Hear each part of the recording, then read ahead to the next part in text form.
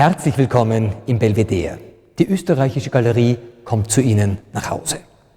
Und zwar mit einer kleinen, ganz subtil erzählten Geschichte, die den Eindruck erweckt, als würden gesellschaftspolitische Verhältnisse kritisch beleuchtet, um nicht zu sagen hinterfragt werden. Georg Ferdinand Waldmüllers Abschied der Patin. Die wohlhabende Patin aus der Großstadt, die zu Besuch kam, nach der Firmung ist der zweite Titel dieses Bildes, also der Anlass ist damit klar definiert und gegeben. Und die Kinder der armen Verwandtschaft, eine sehr kinderreiche Familie, die unter ärmlichen Verhältnissen zu leben scheint. Wir sehen ausformuliert die Materialität des Bodens vor dieser Hütte, vor dieser erbärmlich kleinen Behausung ist gestampfter Boden, trocken, man spürt trotzdem die kühle, feuchte Atmosphärik.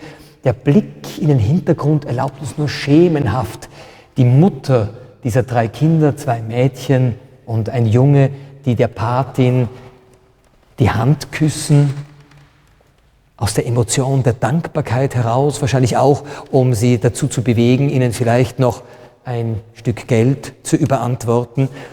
Bittere Armut und besser gestellte Verhältnisse in einem Diskrepanz repräsentierenden Aufeinanderprallen.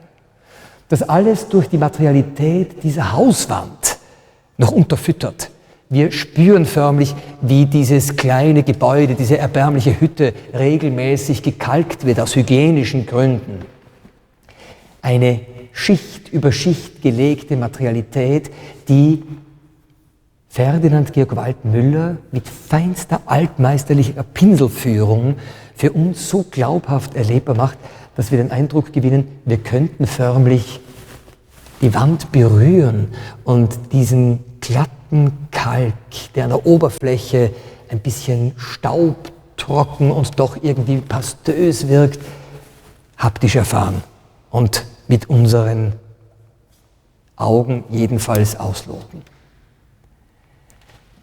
Was liegt näher als zu vermuten, Ferdinand Georg Waldmüller würde die Ungerechtigkeit in dieser Gesellschaft eines metternischen Regimes uns vor Augen führen, aus einem gesellschaftspolitischen, vielleicht sogar politischen Engagement heraus anprangern, wie ungeheuer ungerecht dieser Unterschied zwischen Arm und Reich, dieser Gap zwischen unterschiedlichen Gesellschaftsschichten sich darstellt.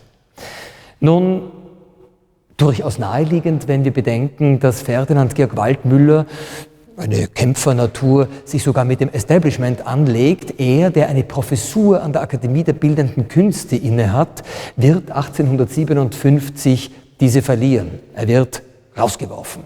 Eine kleine Apanage, also eine monatliche Zahlung, wird ihm zwar zugestanden, aber er ist degradiert. Und das ist hart.